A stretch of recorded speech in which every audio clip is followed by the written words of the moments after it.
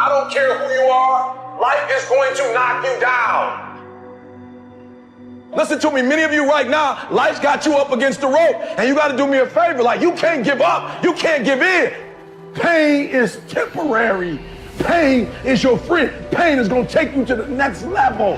When you going through pain, I know what you feeling. I know exactly, because I've been there, I've done that, but you got to work through it. And the reason why most of you are not successful is because every single time stuff not going your way, you give up, you quit, you let go, and people feel weakness. They feel it. You can feel when somebody's not committed, when they're not all in, when they're not dedicated. And there's another level you get to when you go all in. Winners win and losers lose. There are going to be times that you're going to be wondering, why should I keep showing up and working my business? Why should I keep at it? Why should I keep showing up to the conventions? Why should I keep picking up the phones and making the phone calls? Why should I keep fighting for my goals and fighting for my dreams? And what I want to remind you is that you got to show up for your life regardless of the circumstances. You got to show up in spite of the naysayers. You got to show up in spite of the conversation going on in your mind. You got to show up for your life, because if you don't, nobody else will. If you want unreasonable results in your life, you've got to be willing to be unreasonable. Part of being unreasonable, you don't judge according to appearances. Part of being unreasonable, you can see it because you believe it. You must have the faith to call forth those things that be not as though they were. You've got to decide, I deserve this, and I'm going to have it. You've got to say yes to your life. You've got to say yes. Yes to my dreams. Yes to me. Yes, I can make it. Yes, I can. Doesn't matter how many failures I've made. Doesn't matter how many mistakes I've endured. Doesn't matter about my defeats. Doesn't matter about what I've done. Yes, yes. I don't care about the fact I'm in a hole now. Doesn't matter about where I am. The last chapter to my life has not been written yet. If you judge me now, you'll judge me prematurely. I'm still in the process of transforming my life. I'm still in the process of becoming. Yes. The brilliance of Thomas Edison was not in his mind. It was something much more ordinary and often much less respected. I've got no imagination, he once said. I never dream. I've created nothing. If you're someone who doesn't like Edison, you might think that this is Edison admitting to stealing his inventions from other, more brilliant inventors, like Nikola Tesla.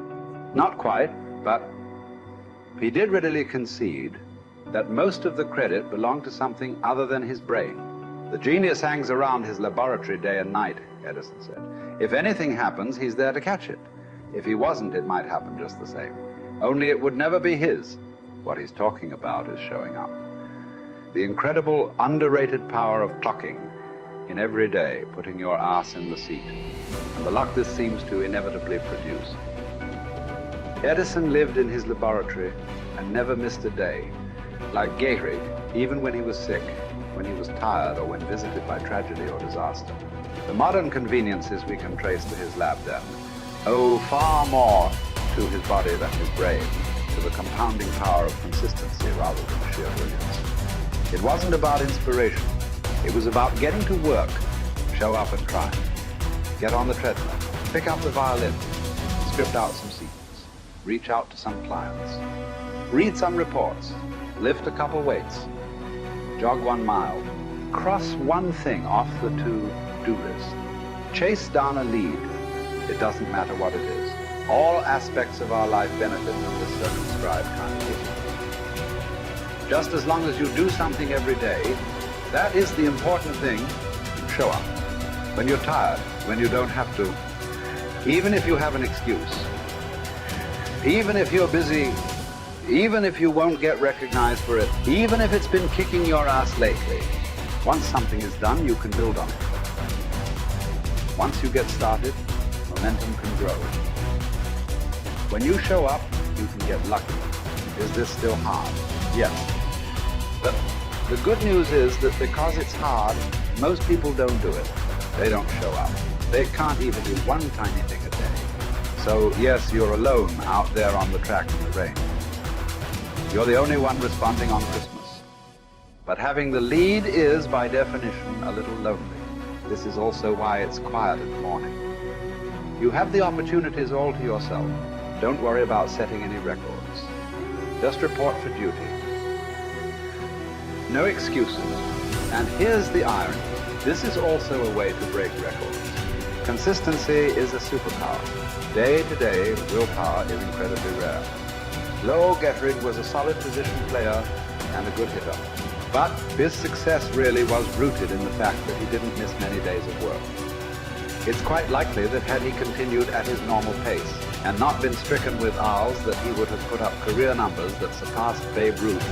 Gettrig wasn't just able to show up despite injuries and fatigue. He also had to push through ennui, doubt, and just plain not feeling it. He had slumps like we all do, but he also understood what they meant. As a minor leaguer, he had struggled at the plate and thought about quitting. The Yankees' owner sent down a scout to walk Gehrig through the very basic math of a batting average. A good hitter hits 300, and hitting 350 is terrific. Hitting 400 is almost unheard of. What does that translate to? Missing on 6 tries out of 10. A hitter can also go days, weeks without touching the ball. That's what the scout told him. The most important thing a young ball player can learn is that he can't be good every day. You don't have to always be amazing. You do always have to show up. What matters is sticking around for the next at bat. The ability to do that, coupled with the ability to endure what John Steinbeck called dogly days while writing East of Eden. Those days when everything seems out of whack, when you're just not feeling it, when the distractions won't stop, is the first step to greatness. Literally.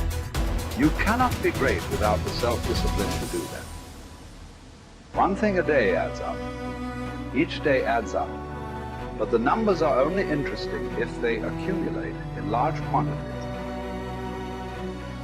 You guys that are just getting started, you're not going to start right here. You're going to start down there. Probably in another city, another town. I grew up in Lake Charles, Louisiana, no money, raised by a single mother. I was in debt at 25 years old. First thing that I had to do in my life was not learn a new skill. First thing I had to do to get my life moving in the right direction was self-development. It is vital. It was vital for me that I improved myself and I could start depending upon me. I had to show up every day with some rituals, some disciplines, and start getting myself to trust me, not trust others, but trust myself to do the right thing every day. One of the things that I started doing was beating the sun up every morning. I'm going to beat that sun up every morning so that I have the discipline and the control over my life. So I knew, hey, before that thing pops, I'm going to pop. I'm going to get out of bed, depend on myself, get up at the same time every day. And for me, that time, regardless of where I was beat that sun up. No matter where I am, I'm going to beat that thing up. So it gives me a sense of control over my own life. Second thing,